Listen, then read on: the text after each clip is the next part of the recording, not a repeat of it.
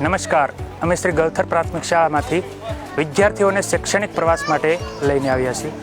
અમે સૌપ્રથમ અહીંયા સાયન્સ સિટીની અંદર મુલાકાત માટે આવ્યા તો વિદ્યાર્થીઓને અમે નેચર પાર્કની મુલાકાત આપી। નેચર પાર્કની અંદર અમે ઘણા બધા વૃક્ષો જોયા, ઘણી બધી પ્રકારના વૃક્ષોના કટિંગ્સ જોયા। વિદ્યાર્થીઓને જ્ઞાનની સાથે ગમ્મત મળી, વિદ્યાર્થીઓએ ડાયનોસોર જોયા, વિદ્યાર્થીઓને મજા, અમને શિક્ષકોને પણ ખૂબ જ મજા આવી। અમે ત્યારબાદ એક્વેટિક ગેલેરી જોવા ગયા, ત્યાં અમે ઘણી બધી પ્રકારની માછલીઓ જોઈ।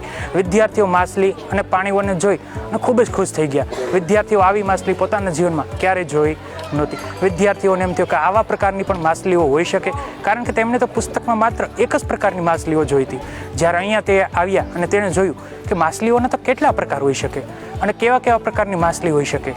માછલીઓના ખોરાક વિશે જાણ્યું અને અલગ અલગ પ્રકારની વનસ્પતિઓ કે જે દરિયાઈ વનસ્પતિઓ હોય તેને પણ ત્યાં જોઈ વિદ્યાર્થીઓ જોઈ અને ખૂબ જ આનંદિત થઈ ગયા। મારું માનવું એવું છે કે જો તમે શૈક્ષણિક પ્રવાસનું આયોજન કરો તો ફરજિયાતપણે સાયન્સ સિટીની મુલાકાત લેવી જ જોઈએ, કારણ કે સાયન્સ સિટી જે છે એ જ્ઞાન સાથે ગમ્મત આપે છે। વિદ્યાર્થીઓને અને શિક્ષકોને દરેકને કંઈક નવું જાણવા મળે છે।